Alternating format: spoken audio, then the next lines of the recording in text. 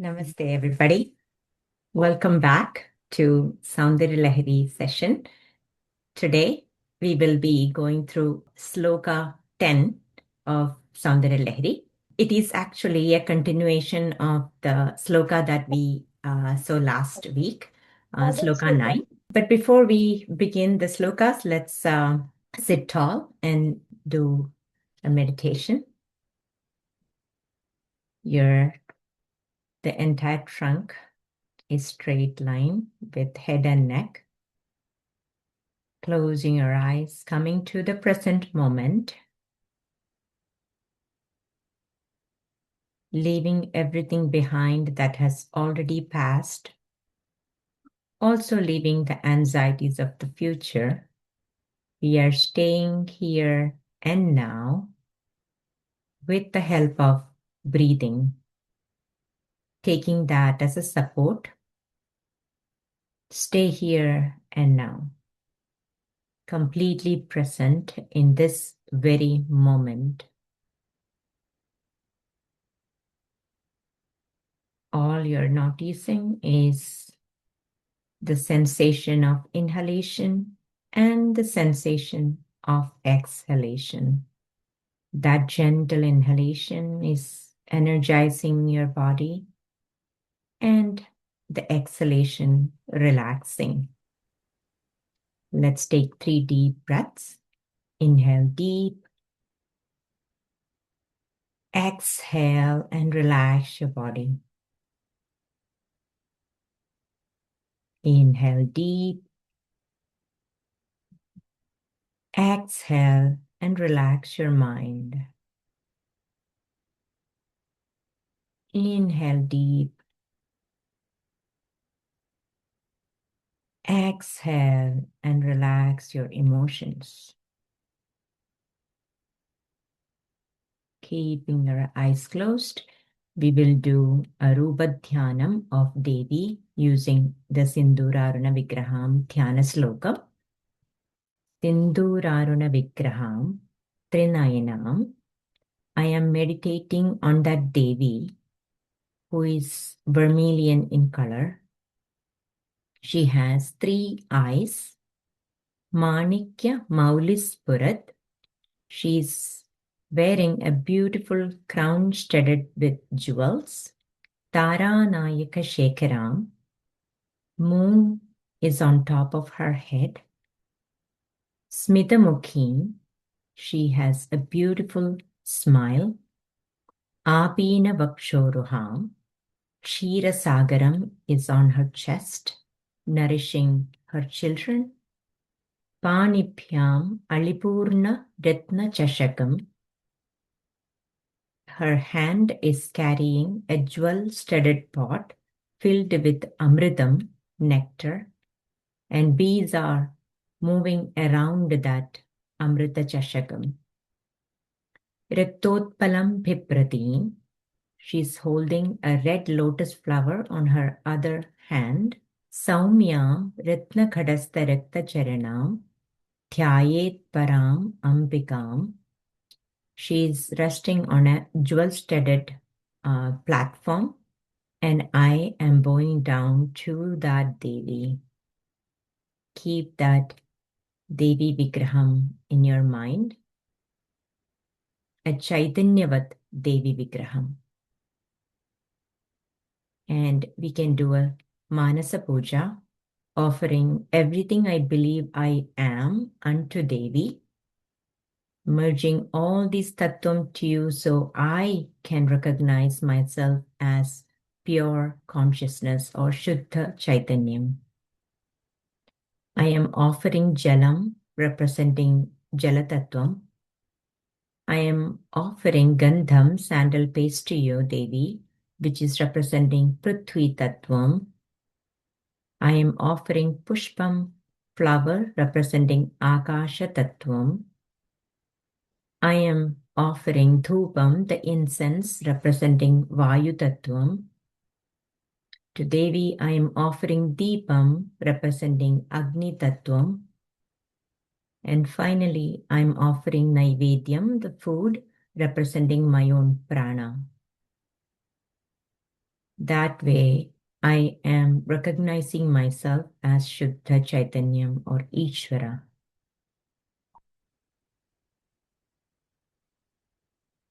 Sada Shivasamarambham Shankaracharya Madhyamam Asmadacharya Paryandam Vande Guru Paramparam Vakratundha Mahakaya Suryakotis Samaprabha Nirvikhnam Kuru Me Deva Sarvakaryeshu Sarvada Saraswati Namastubhyam Varade Kamarupini Vidyarambham Karishyami Siddhir Bhavatu Me Sada.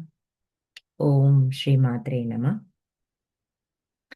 Welcome back, everybody, once again to Soundarya Lahari session.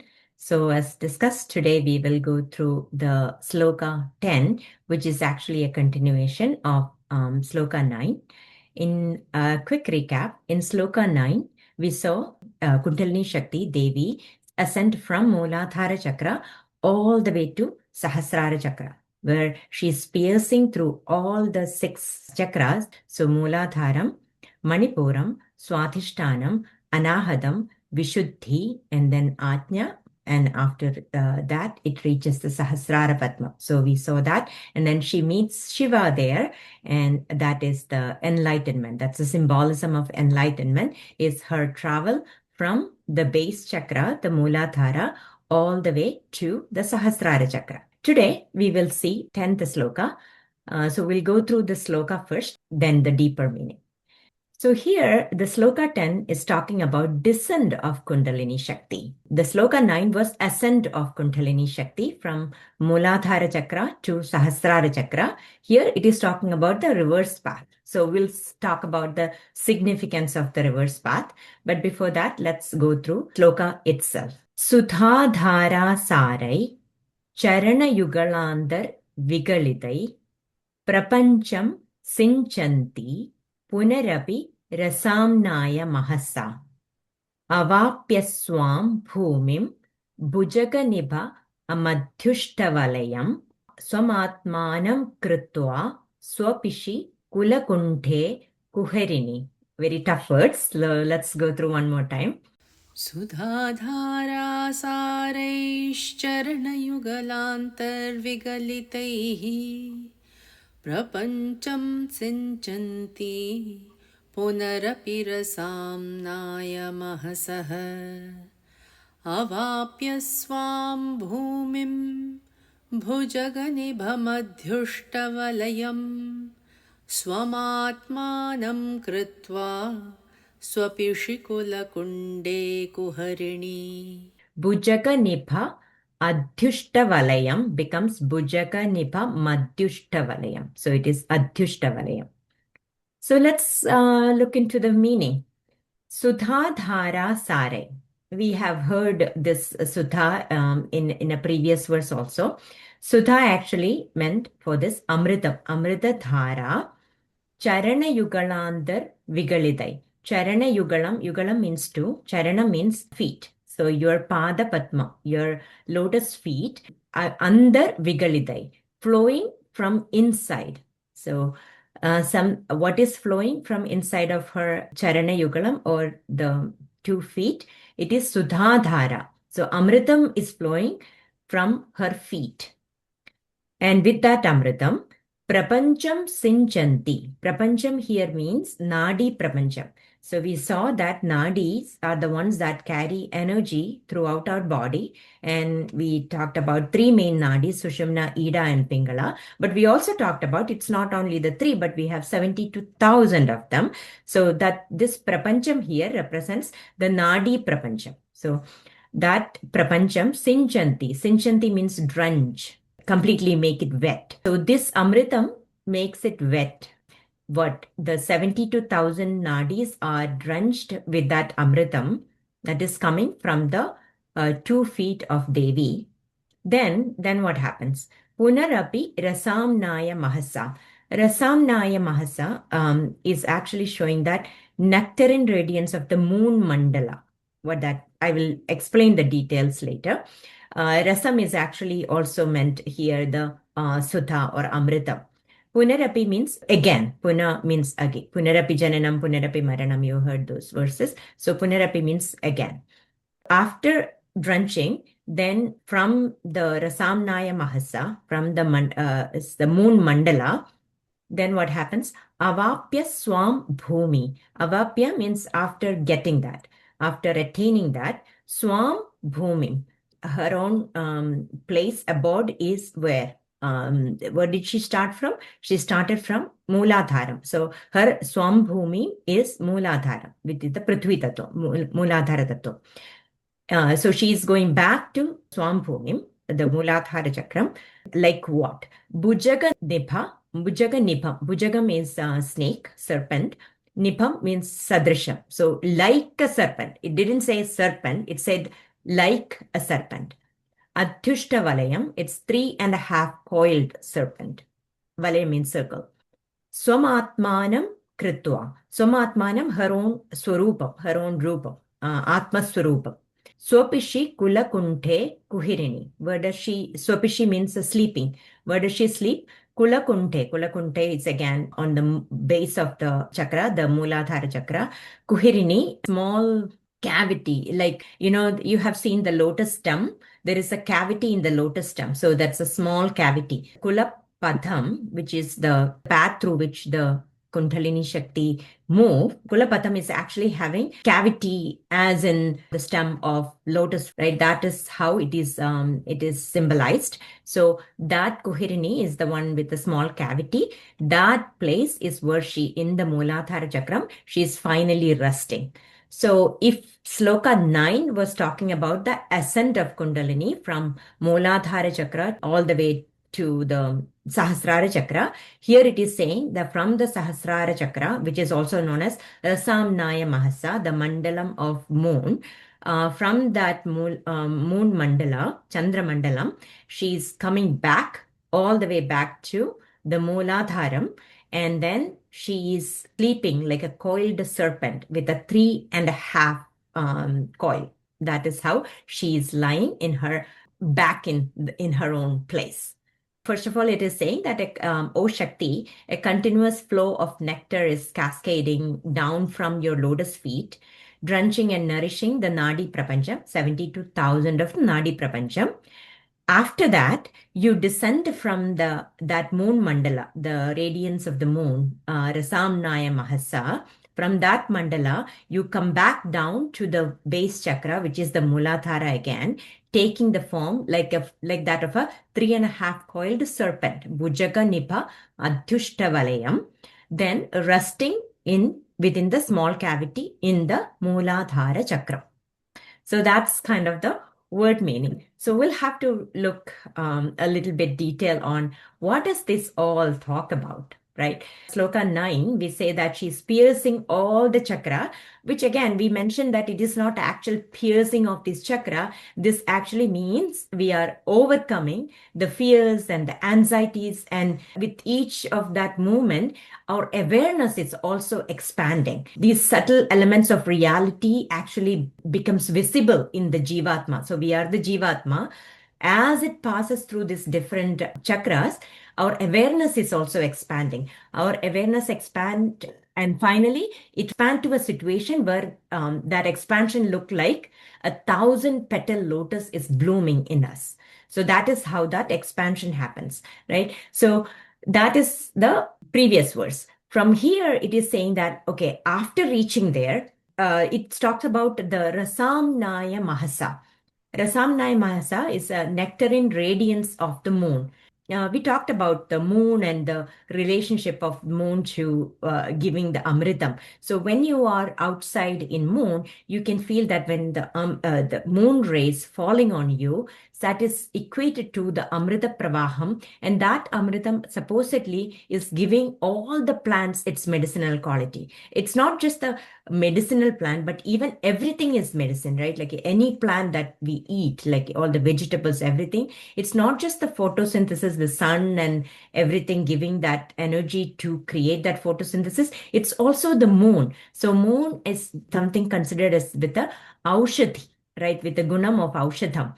Aushadam is medicine. So that moon's Amrita Pravaham is actually also helping photosynthesis happening in the plants. That is how the tantric texts talk about.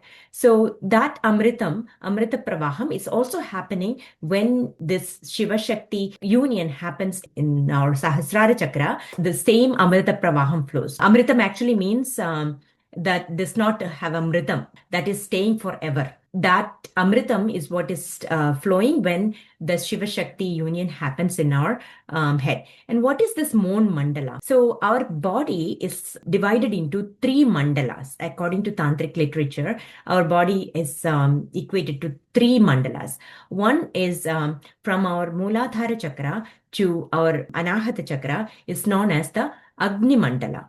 And then from Anahata chakra to our Ajna chakra is known as Surya mandala. And then from there above, up to Sahasrāra chakra is known as Soma mandala or moon. So it's Agni, Surya and moon, right? And Soma. That is why the Sahasrāra Padma is Sahasrāra chakram is in the moon mandala.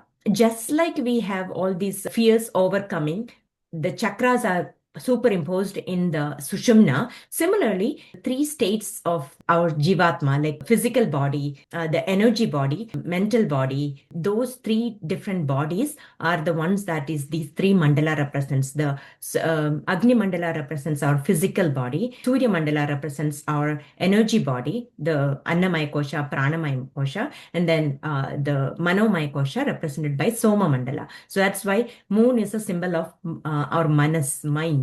Right? As Kundalini Śakti reaches the moon mandala and in the Sahasrāra chakra, that is the symbol of that we have enlightenment, and that is where that Amrita Pravaham flowing, right? There is no word to explain that situation. The closest that the rishis can talk about is that how the moon is showing its rays on us, like when we are drenched in that moonlight. Similar to that, once we are enlightened, that Amrita Pravaham happens in our body. Nobody can put this in words of what that situation of when we have that enlightenment, because it is an anandam in every single core of yourself. So that is what that real experience, but again, nobody can explain that. The closest that the Rishishwara is telling is using these words. Then about Charana Yugalantar Vigalitai. So Charana Yugalam, I think we might have talked about this in the past. The Charana Yugalam or the Pada Padmam of gurus, of devatas actually really mean. Just to give some examples, right? When you go to a temple, like especially the Telugu temples, when you go there, after you were given tirtham, the priest actually put something on top of your head, it looked like a kiridam. On top of that kiridam, there will be 2 feet. The sankalpam is that the feet is that of a tantri, and tantri is the one who actually does the prana pratishtha of vigraham that is in that temple. During the prana pratishtha or consecration, what happens is the tantri transfers some of prana to that vigraham. That same prana is in that crown, and then they put it on top of your head after giving the tirtham. So that charanam is actually putting on your head means that transferring of that prana, that is the exact same prana that is in the vigraham, is actually getting transferred to you. Some of the ways that also the guru actually give the diksha to the shishya, the disciple, is actually keeping his feet over the head of a shishya. That is how the diksha is given in some sampradaya. So the charanam has such a reverence in the literature, in Hindu literatures. And here it says that from Devi's feet, one of the verse where Devi doesn't have to show the Abhaya Mudra, Vara Mudra, but her feet itself is good enough to provide those blessings to the devotees, right? So that is the same thing here. So from her charanam is what that Amritam is flowing. So she goes all the way from the Muladhara chakra to Sahasrāra, and then after meeting Shiva and having that Amrita Pravaham, from her feet is what that Amritam is flowing, right? So that is the reverence of that feet. Then the serpent, the Bhujjaga Niba Adhyushta. What is the symbolism of serpent? Serpent is actually used in many, many different cultures as a symbol of fertility. So we know that very core of human existence is sexuality. So we are here because of that. Now, that basic fertility is also known as the Kundalini Śakti. That there's a beautiful book written by Jeremy Narby known as the Cosmic Serpent, the DNA and Origin of Knowledge. Here also you can see that the DNA is actually, the symbol is that of the snake. It's the helix. In this book, it is looking into different cultures from shamanic to Peruvian to Amazon, all these different original cultures, and see that they have almost all of them has used a symbol of serpent to show that fertility principle. Now, our own Yajurveda, there is a Sarpa Suktam, which is used for Sarpabali. That Sarpa Suktam, there are so many Suktams that you know, right? The Purusha Suktam, Sri Suktam. Similarly, we have Suktam on Sarpa as well. So when we look into Sarpa Suktam, I will just chant the first one. There are three Suktams similar to that. The first one says, Om Namaste Astu Sarpebhyo Ye Keja Prithvi Manu Ye Antarikshe Ye Divitebhya Sarpebhyo Nama. There are three of them, so I will just tell the meaning. My salutation to serpents which are on the earth. I understand that, like a serpent or earth, of course. Got it. But then it says serpents in the atmosphere. Okay, I don't get it. Serpent in the sky. Then says salutation to those serpents which are staying in the heaven, in the sun rays, in the waters. Salutation to those serpents that are used as weapons in the hands of asuras, those living among the trees, and those lying in the wells. Okay, so this goes on and on and on. And then, so I am saluting the sarpa here, sarpa there, sarpa everywhere. So the earth we can understand. If it is a physical sarpa, we can understand that, right? But then it goes on saying the sarpa in the atmosphere, sarpa in the sky and the heaven and all. So in the sun rays too. So here, what it is talking about is the energy. So sarpa, because the sarpa moves in the sinusoidal, the energy travel in waves, right? So that snake path is sinusoidal, hence the snake is used. So that is from our own Yajurveda that is showing us a symbolism. So there is no actual serpent in our Muladhara chakra. It is symbolized, that energy in our body, which is the potential energy in so many different ways, that is symbolized. And here in the Sarpa Sukta, it is saying the one in the atmosphere, in the sky, in the sun rays, of course, there is energy in the sun. So it is different Shaktis, different power, different energy is what is represented here in this Sarpa Sukta. So that is the symbolism of Sarpam. And then it says Adhyushta. So 3.5 coil. That was a question last week too. What does this 3.5 coil represent? There are three things over here. So there is Devi, there is Shiva, there is Shakti, there is Shiva, and then there is Prapancham, right? So three things, but then there is this half because everything is one.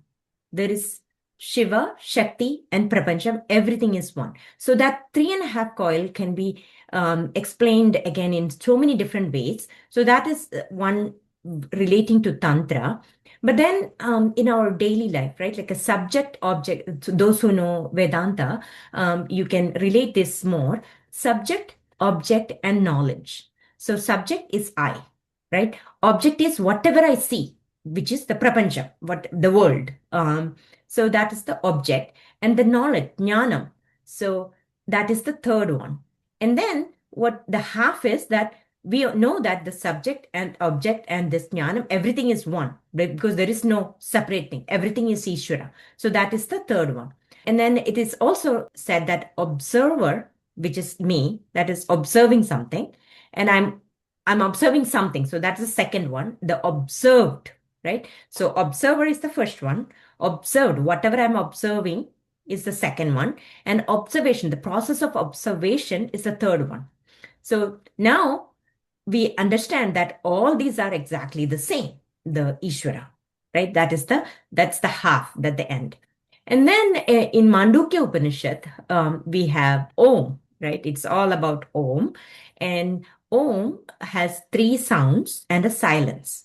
So the three sounds are Akaram, Ukaram, and the makaram, and then om. At the end, there is this dirgham, which actually finally go into silence. It's silence at the end, right? So that akaram, ukaram, and makaram are the three coil, and the silence, which is that going to that turiya avastha, that's the third is that's the half.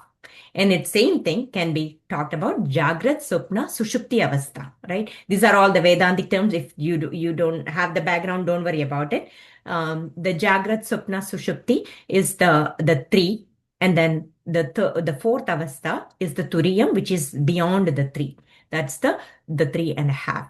So this is the representation. Again, there is no actual serpent with the 3.5 coil, but these are all the symbolism, finally helping us understanding what we are, right? We are that Shuddha Chaitanyam, but we experience the subject and object, and we have the jnanam and all these things. We experience this as three separate things, but ultimately these are all the ones. That is what that 3.5 coil represents. And then the whole verse is actually talking about the return path, right? What is about return? So we learned about that enlightenment. So this verse actually talk about what after. So, okay, fine. We understand that we are that Shuddha Brahman or Shuddha Chaitanya. But then what? Can we be in that Samadhi Avastha forever, right? We get that Anandam. We will be in that, what do you call, the Samadhi stage. When Kundalini Shakti reaches Shiva in the Sahasrāra Padma, we reaches that Ananda Bhavam, right? We can be in that Samadhi. But can we stay in the Samadhi forever? No, I'm talking about for the ones that who have attained Jivan Mukti, meaning the liberation while they are alive, right? So there are so many different muktis. I'm not going to go there. Then next week you will not be coming. But just understand that mukti, when we reach that avastha, the samadhi avastha, but we come back. We come back, we interact with people, we interact with the world again. We still see that as a separate, right? But once we have the enlightenment and then we come back to this prapancham, there is a perspective change in us. Chapter 2 in Bhagavad Gita, the verse 54, Arjuna is asking Bhagavan Krishna a question. How does a Sthita Prajna or enlightened person talk and sit and walk? From 55 to 72 verses, Krishna is answering. So in effect, person will still be interacting with the world. He will still have the coffee. He will still talk to husband or wife. He will still pack the lunch for the kid and all that thing. But their perspective has completely changed. So as they are interacting with the world, they still see that oneness in everything. So their behavior by default will be that ideal behavior that of an enlightened person. So even though they will interact, they will do everything that the normal human being is saying, but the perspective will be completely changed. They would have completely changed internally, and no matter what happens in the material world, their anandam that they are experiencing inside, it will not change. It will still stay as it is. So they will finish their life with the remaining prarabdha karma, but they will be eternally living because they already attained moksha. So here it is actually showing her path downward is showing that, okay, she come back, and which means that we are interacting. So the ascent actually means that the prapancham is disappearing for us. So when she is connected with Shiva, when she is in the bindu of the Sri Chakra, we'll talk about that later, but in that bindu is where we are completely losing our I-ness or our ego. So where we become the Ishvara. So there is no separate existence for us, right? Where we become Ishvara in that bindu or Sahasrāra Chakra. And then we come back to the Swamatmanam, that same bhumi, same Muladharam, in the Prithvi Tattvam, we come back, we interact with the world, where we would interact as we have been interacting the whole time, but with that ideal situation. And also, none of the things that in the material life will impact us anymore, because the normal emotions, everything that the unenlightened human beings go through, they will not go through. The enlightened person will not go through. So the reverse path, it shows that they are coming back and living the remainder of the life with that anandam, interacting with the world as usual. So that is what it is. The person like Ramakrishna Paramahamsa who are enlightened, they go back to that samadhi by seeing something so simple. But then as they go into the samadhi more and more, but he also has disciple. He has a prarabdha where he has to give that jnanam to those disciples. So there are situations where he says that, oh, I want to eat something. That eating something actually represents, let me come back to this material world, because then only he can interact, because otherwise he will be in that samadhi stage, right? And then so many of instances where he is living in that ananda logam. That is where this coming back of Devi from the Sahasrāra chakram to Muladhara represents we coming back after enlightenment and interacting with the world. That's the summary. So here we will be drenched with happiness, happiness of that amritam or anandam from that amrita dhara that is coming from Devi's feet. And after coming down, Devi is staying in her samatmanam in that Muladhara chakram, coiled as the 3.5 serpent-like stage. So that is what is represented in this verse. So this weekend, we have Shivaratri coming up. I thought this will be a good time to talk about the mantra, the Panchakshari mantra that we chant every day, 108 times. So there is a story associated with Parvati and Shiva, Parvati attaining Shiva by chanting the Panchakshari. So the story goes like, after Sati's Dehatyagam, Shiva goes on deep tapas, right? And at the same time, parallelly, there is this Tarakasura causing havoc, and only Shiva Parvati's son Skanda could actually kill this Asura. But then Shiva is here in deep tapas, and Parvati now is born, and she's a young girl, and Himavan takes Parvati to Shiva, and Shiva is like nowhere paying attention to her, right? And then finally, Himavan could agree Shiva to keep Parvati there to serve Shiva for his support on whatever the tapas that he's doing. So Parvati could be there and doing the seva to Shiva. But then Shiva continued to be in deep tapas. In order to speed up the process of Shiva Parvati Kalyanam, the Devas and Indra, they decided that, okay, now only Kamadeva can help. And they go to Kamadeva and say, okay, can you shoot the arrow? So there is this passion created in Shiva's mind, and then Shiva and Parvati will get married. But then as soon as Manmatha or Kamadeva shot the arrow, Shiva opens his third eye. He got disturbed. He got angry, and then he opens his third eye, and then there goes Kamadeva. Kamadeva, it's burned, right? Now Shiva leaves that mountain, and then Parvati is in now deep trouble. So until now, there is Shiva at least, like she could do the seva to Shiva. Now there is no Shiva either, right? So then Narada, as a guru, comes in front of her and then says that so far this was seva was helping you to the Leela. Now, in order to attain Shiva, you have to do the deep tapas. And tapas is by doing a special mantra, and that is the mantra that he is going to tell where exactly this mantra is located. So he says that it's in the middle of the Veda, and we have 3 major Vedas, and Atharva Veda is considered as the part of the others. So we have Rig Veda, Yajur Veda, and Samaveda. So in the middle Veda, which is the Yajur Veda has two sections. There is one Shukla Yajurveda, which is the smaller part, and then Krishna Yajurveda, that's the bigger part. So in the Krishna Yajurveda, there is Sri Rudram, and Sri Rudram has 11 anuvakas, and in the 8th anuvaka, there are 17 mantras, and the 9th, 10th, and the 11th mantra is very special. And out of the 3 special mantra, the 11th mantra is the one that I want you to chant so you can attain Shiva. And that 3 mantras are Namah Shambhavecha, Mayo Bhavecha. Those who know, chant Rudra may know this. Namah Shambhavecha, Mayo Bhavecha, Namah Shankarayacha, Mayaskarayacha, Namah Shivayacha, Shivatarayacha. So that third one, the Namah Shivaya, the Panchakshari, is the one that Narada is asking Parvati to recite to do the tapas to attain Shiva, and that is how she finally attained Shiva and marry him.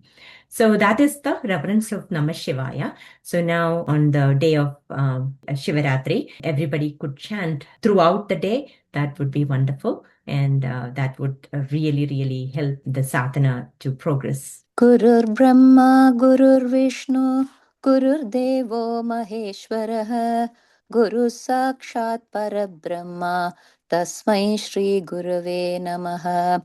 Vakratunda Mahakaya, Surya Kodi Samaprabha, Nirvignam Kuru Me Deva, Sarvakaryeshu Sarvada. सिन्धूरारुणविग्रहां त्रणयनां माणिक्यमौलिस्फुरद् तारानायकशेखरां स्मितमुखीम् आपीनवक्षोरुहां पाणिभ्यामलिपूर्णरत्नचषकं रक्तोत्पलं बिभ्रतीं सौम्यां रत्नखडस्थरक्तचरणां ध्यायेत् परामम्बिकाम् शिवशक्त्या युक्तो यदि भवति शक्तप्रभवितुं न चेदेवं देवो न खलु कुशलस्पन्दितुमपि अधस्त्वामाराध्यां हरिहरविरिञ्जादिभिरपि प्रणम्तुं स्तोतुं वा कथमकृतपुण्यप्रभवति तनीयां सम्पांसुं तव चरणपङ्केरुहभवम् विरिञ्चिः सञ्चिन्वन् विरचयति लोकानविकलम् वहत्येनं शौरिः कथमपि सहस्रेण शिरसां हरः संक्षुद्यैनं भजति वसितोद्धूलनविधिम् अविद्यानामन्त स्तिमिरमिहिरद्वीपनगरी जडानां चैतन्य स्तबकमकरन्दश्रुतिचरी दरिद्राणां चिन्तामणि गुणनिका जन्मजलधौ निमग्नानां दंष्ट्रा मुररिपुवराहस्य भवति त्वदन्यपाणिभ्याम् अभयवरदो दैवतगणः त्वमेका नैवासि प्रकटितवराभीत्यभिनया भयात्रादुं दातुं फलमपि च वाञ्छासमधिकं शरण्ये लोकानां तव हि चरणावेव निपुणौ हरिस्त्वामाराध्य प्रणतजनसौभाग्यजननीं पुरा नारी भूत्वा पुररिपुमपि क्षोभमनयत् स्मरोऽपि त्वां नत्वा रतिनयनलेह्येन वपुषा मुनीनामप्यन्तः प्रभवति हि मोहाय महतां धनुः पौष्पं मौर्वी मधुकरमयी पञ्चविशिखाः वसन्तः सामन्तो मलयमरुदायो धनरथः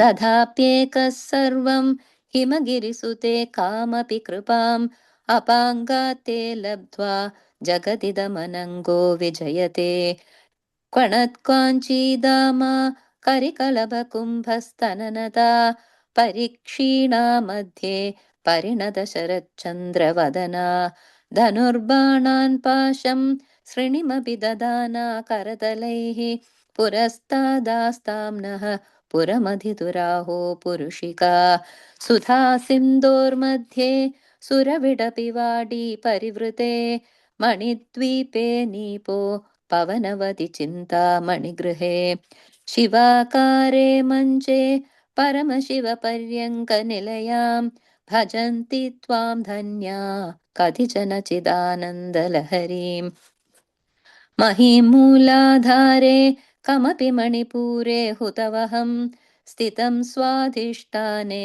हृदि मरुतमाकाशमुपरि मनोऽपि भ्रूमध्ये सकलमभिभित्वा कुलपथं सहस्रारे पद्मे सहरहसि पत्या विहरसे सुधाधारासारैश्चरणयुगलां तर्विगलितैः प्रपञ्चं सिञ्चन्ति पुनरपि रसाम्नाय महसः अवाप्य स्वां भूमिं भुजगनिभमद्युष्टवलयं स्वमात्मानं कृत्वा स्वपिशि कुलकुण्ठे कुहरिणी.